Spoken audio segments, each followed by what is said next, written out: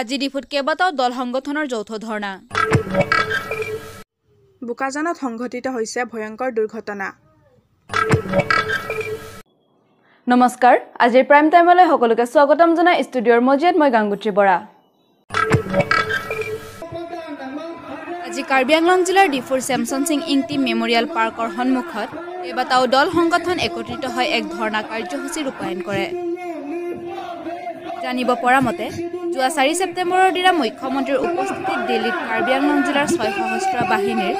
যি শান্তি চুক্তি স্বাক্ষৰ হৈছিল তাত যিবোৰ নীতি নিয়ম বান্ধি দিয়া হৈছিল সেয়া কাৰ্বি তথা কাৰ্বি আংলং জিলাৰ বাসিন্দাসকলৰ বাবে ফলপ্ৰসূ নহয় বুলি দাবী কৰি আজি পুৱাৰ ভাগৰ পৰাই এই ধৰ্ণা কাৰ্যসূচী ৰূপায়ণ কৰি দল সংগঠনসমূহে কাৰ্বি আংলং জিলা উপায়ুক্তৰ জৰিয়তে কেন্দ্ৰীয় গৃহমন্ত্ৰী অমিত শ্বাহলৈ এখন স্মাৰক গতিকে উক্ত স্মাৰক পত্ৰখন তেখেতে আমাৰ বাইদেউ অৰ্পণ কৰিব। চেলাংলিহীন পেন মেমৰিয়েল মধুৰি দুজন যায় কলিত চেলাংলিহীন পেনচি তোমাৰ এক্সিকিউটিভ মেজিষ্ট্ৰেট ডেপুটি কমিশনাৰ চেলাংছে তৈল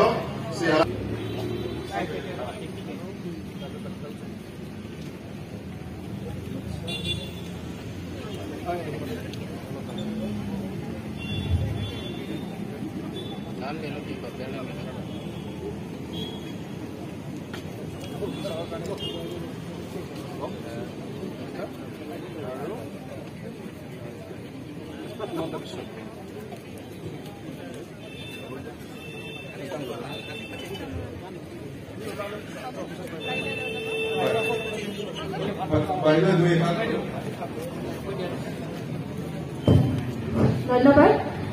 আপোনালোকৰ যি আজি 3-খনীয়া ধৰ্মঘট আন্দোলন আছিলে তাৰ প্ৰতি সন্মান জনাই আজি আপোনালোকে যি দুখন মেমৰিয়েল চাবমিট কৰিছে আমাৰ মাননীয় মুখ্যমন্ত্ৰী ডক্টৰ হিমন্ত বিশ্ব শৰ্মা আৰু মাননীয় হোম মিনিষ্টাৰ শ্ৰী অমিত শ্বাহ ডাঙৰীয়া আমাৰ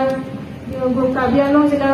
মাননীয় উপায়ুক্ত মহোদয় হৈ মই ডক্টৰ মণিকা বৰা SDO পদৰ গ্ৰহণ কৰিছো আৰু অতি শীঘ্ৰে আজি আমি সোনকালে এইখন পঠোৱাৰ ব্যৱস্থা কৰিম। ধন্যবাদ। অজিত গগৈৰ প্ৰতিবেদন 365 নিউজ ইণ্ডিয়া। APHLC, ASDC, জাকাছ, ট্ৰাইবেল লীগ আৰু বেলেগ বেলেগ সংগঠন লৈ ইনক্লুডিং কিছুমান আমাৰ কংগ্ৰেছ ফালৰ পৰা আমাক জইন কৰিছে। আমি APHLC, ASDC চব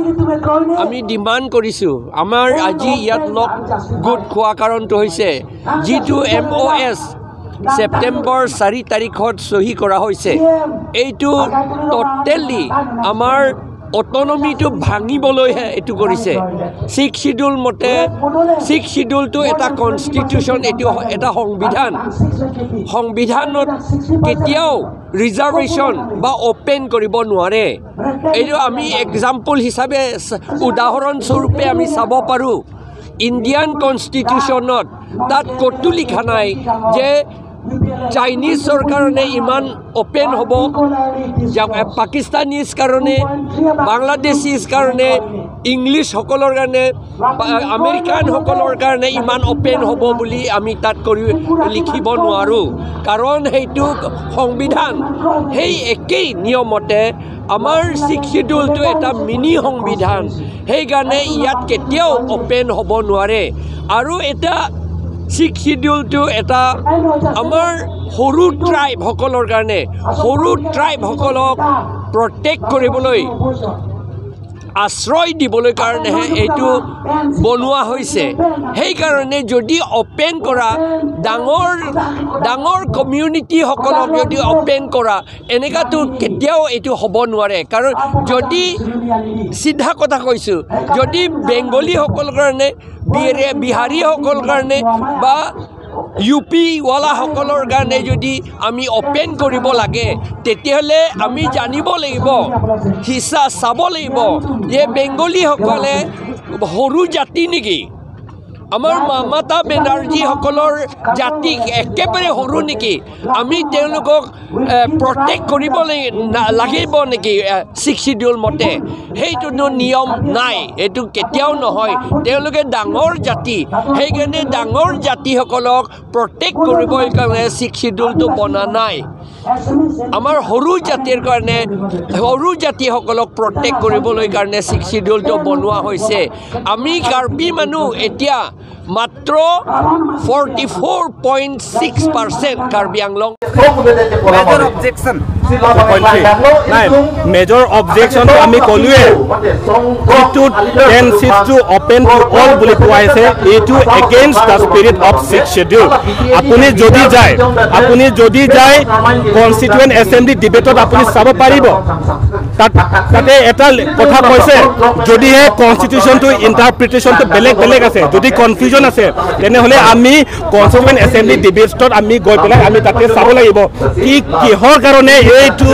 প্ৰশ্ন বনাইছে কিহৰ কাৰণে সেইটো পেৰাগ্ৰাফ বনাইছে সেইকাৰণে আমি কৈছো তাতে গোপীনাথ বৰদলৈ কনস্টিটুৱেন্ট এছেম্বলি ডিবেটত অলৰেডি ক্লিয়াৰলি কৈছে যে বাহিৰৰ পৰা অহা বা নন ট্ৰাইবেল সকলে ইয়াত ইলেক্টেড হ'ব নোৱাৰে বা বেলেগ প্ৰভিজন আছে যদি তাতে হ'ব পাৰে কিন্তু ইলেক্টেডটো হ'ব নোৱাৰে বুলি তাতে স্পষ্টকৈ তাতে কোৱা হৈছে কিন্তু ইয়াতে কাৰ্বি আংলং ৰাজ্যে ডিমাণ্ড কৰিয়ে আছে 2016 পৰা ডিমাণ্ড কৰি আছে যে পেৰাগ্ৰাফ 2 সাব পেৰাগ্ৰাফ 7 মতে ইয়াত কাউন্সিলে নিজৰ শক্তি মতে ইয়াত rules বনাব লাগিব এই rules মতে ইয়াত কোনে ইলেকশনত খেলিব পাৰিব কোনে ভোট দিব পাৰিব হেইটো কথাটো স্পষ্টকৈ rules-টো বনাব লাগে বুলি অলৰেডি ইয়াত আমি ডিমাণ্ড কৰা হৈছে কিন্তু হেইটো প্ৰবলেমটো এই কাউন্সিলে আজিলৈকে কৰা নাই গুৱাহাটী হাইকোৰ্ট মাননীয় গুৱাহাটী হাইকোৰ্টে অলৰেডি ইয়াত অৰ্ডাৰ দিয়া আছে যে কাউন্সিলে 2.727 মতে ইয়াত rules-টো বনাব লাগে বুলি অলৰেডি কোৱা হৈছে কিন্তু আজিলৈকে 3 বছৰ পাৰ হৈ গ'ল কাউন্সিলে আজিলৈকে বনা নাই হেইটো এইবিলাকে প্ৰবলেম আমাৰ বোকাজান মহকুমাৰ খটখটি আৰক্ষী চকীৰ অন্তৰ্গত বেঙেনাবিল গাঁৱৰ সমীপৰ ৰেলৱে লাইনত ভয়ংকৰ দুৰ্ঘটনা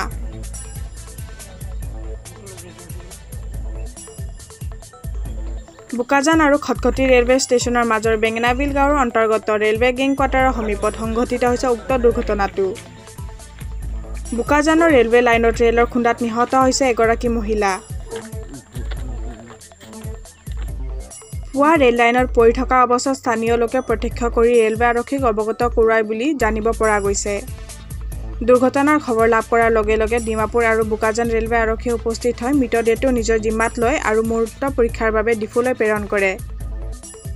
নিহত মহিলাগৰাকীয়ে পিন্ধনত মেক্সি পৰিধান কৰি থকা বুলি দেখিবলৈ পোৱা গৈছে বোকাজানৰ পৰা মিজোৰাম হানছেৰ প্ৰতিবেদন 365 নিউজ ইণ্ডিয়া